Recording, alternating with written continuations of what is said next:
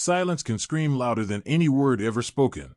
There is a wound that never bleeds, never bruises, never leaves a mark you can see, but it changes everything. Ignored children don't cry for attention. They stop asking for it. They learn that their voice doesn't matter, that their presence is optional, that they are easy to forget. And this belief follows them everywhere, into friendships, into relationships, into every room they will ever enter. Here's what most people don't understand. Being ignored is not the absence of harm. It is harm itself.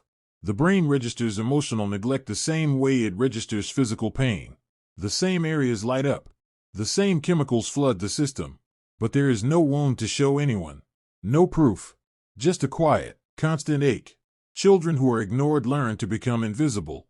They develop a strange skill. The ability to shrink. To take up less space. To need less.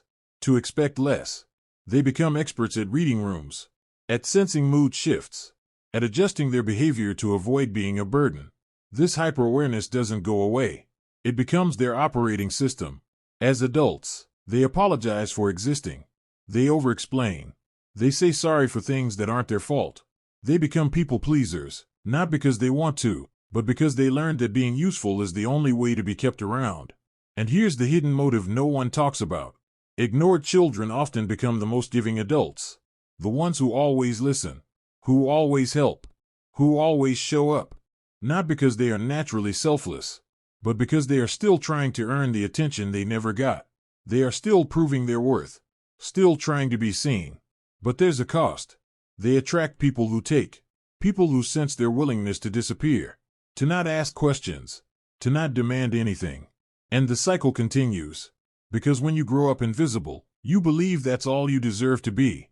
Now here's the reveal. The ignored child doesn't grow up hating the people who ignored them. They grow up hating themselves. They internalize the silence.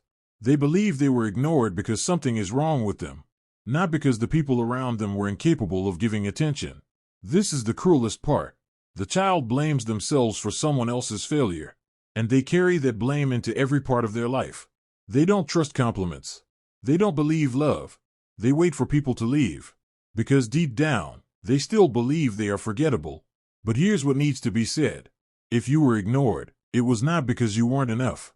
It was because the people around you were too distracted, too broken, or too empty to give what you needed. You were never the problem. You were just a child. And the attention you needed was not a luxury. It was a necessity. The haunting truth is this.